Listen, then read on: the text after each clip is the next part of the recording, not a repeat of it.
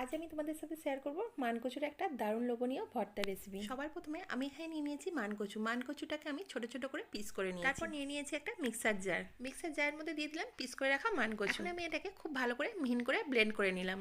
আবারও আমি নিয়ে নিয়েছি একটা মিক্সার জার। কিছুটা মশলা করে নেওয়ার জন্য এখানে আমি দিয়ে দিলাম কিছুটা কাঁচা লঙ্কা আর কিছুটা শুকনো লঙ্কা, কিছুটা আদা, কিছুটা রসুন দিয়ে দিলাম, তারপর কিছুটা পেঁয়াজ দিয়ে দিলাম, 1 টেবিল চামচ দিয়ে দিলাম কালো জিরে। এখন আমি মশলাটাকে খুব ভালো করে ব্লেন্ড করে নিলাম। গ্যাসের মধ্যে একটা কড়া বসিয়ে দিয়েছি। কড়াটা গরম হয়ে যাওয়ার পর এখানে কিছুটা সরষের তেল দিয়ে দিলাম। তেলটা খুব ভালো করে গরম হয়ে যাওয়ার পর আমি এখানে ব্লেন্ড করে রাখা মশলাটা পুরোটা দিয়ে দিলাম। নাড়াচাড়া করে নিয়ে আমি এখানে পরিমাণ মতো নুন আর হলুদ দিয়ে দিলাম। মশলাটা খুব ভালো করে কষানো হয়ে যাওয়ার পর আমি এখানে ব্লেন্ড করে রাখা মানকচুটা দিয়ে দিলাম। মানকচুটা দিয়ে দেওয়ার পর আমি এখানে 15 মিনিট মিডিয়াম ফ্লেমে নাড়াচাড়া করে নেবো। 15 মিনিট ধরে নাড়াচাড়া করে নিলেই রেডি হয়ে যাবে আমার লোভনীয় মানকচুর ভর্তা। আমাদের কাছে রিকোয়েস্ট ছিল এটা একবার হলেও বাড়িতে ট্রাই করে দেখো। 100% গ্যারান্টি দিচ্ছি এইটা পেলে এক থালা ভাত খেয়ে নেবে। আমার এই রেসিপিটা ভালো লেগে থাকলে তোমাদের কাছে রিকোয়েস্ট ছিল লাইক, শেয়ার আর কমেন্ট করে দিও।